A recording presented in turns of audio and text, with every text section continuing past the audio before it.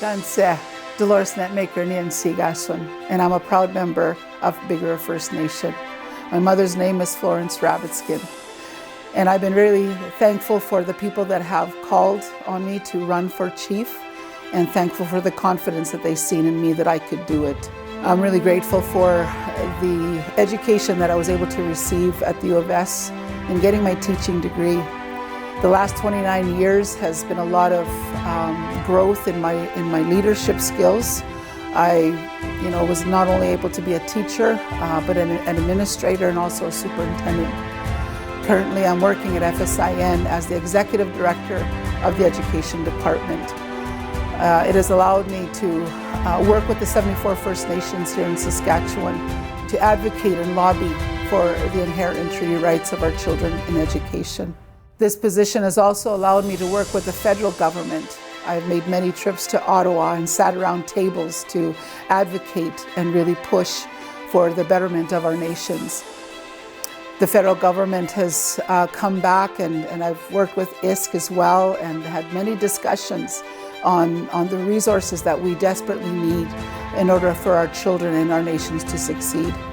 I've worked with the provincial government and the school systems. Many of our children are in the city schools, and so I was able to go and be a voice for them. I believe that we are at a time in our reserve where we need to see change.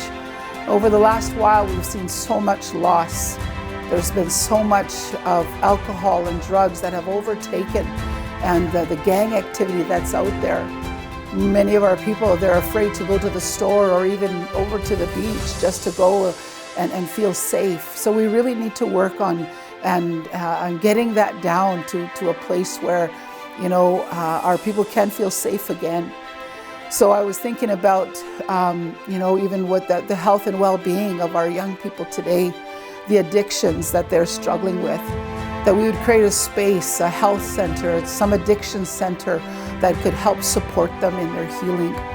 I think about our elders today, that we need to honor them and give them a space and a voice for them to come and speak into the issues that we're facing today, to help guide us and direct us so that we can help our young people and our children.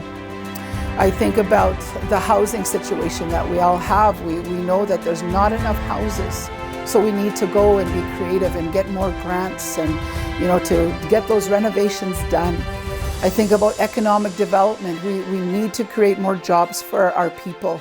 We need to be able to help support them in creating those positions for them. I think about our single parents today, our single mothers and the widows. They need support. It's so hard out there because the cost of living has gone so much higher than before. And so we need to be able to help and support them and be there for them. I'm thinking also for the youth programming that we have. We have the sports and rec. We have so thankful for our new arena that's there. But we have so much gifted and talented young people out there that even in the arts, if we can, create opportunity for them, to open a doorway for them to be able to excel in the giftings that they have. There's so much we can do for them, and we need to invest in our young people today. They are our future leaders. So I just, with these different things in mind, I think about our governance system. One of the members said the other day that they did not know who does the hiring, how are we doing in that?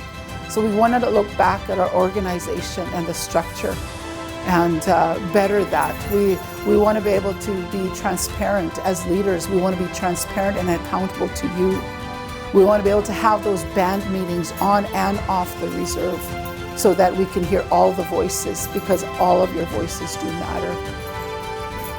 I want to just say that, I heard a quote some time ago from a guy by the name of Murray Sinclair. He said, in order for there to be change, it must begin with leadership. And so we look at our leadership today, and I want you guys to really think about who it is you're choosing for a leader today. We want a leader that's going to have integrity, one that's going to be honest, one that's going to be fair, one that's going to be able to listen to us. We want to be able to have one that's going to make those good and best decisions for our people. We want one that can communicate on and off the reserve, one that can speak to different ministers in government here in our province and also out in Ottawa. We want someone to be able to communicate well for us and fight for our people. So I'm hoping that through this campaigning and through this time that you will consider me as your next chief. I know that I'm going to need a team of people around me that are going to work hard. So I pray that we'll have a good council and that we'll have a good team to bring our people together so that we can make Whitefish, Big River First Nation, a safe place and a home that we can be proud of. Igose, Nanaskumun.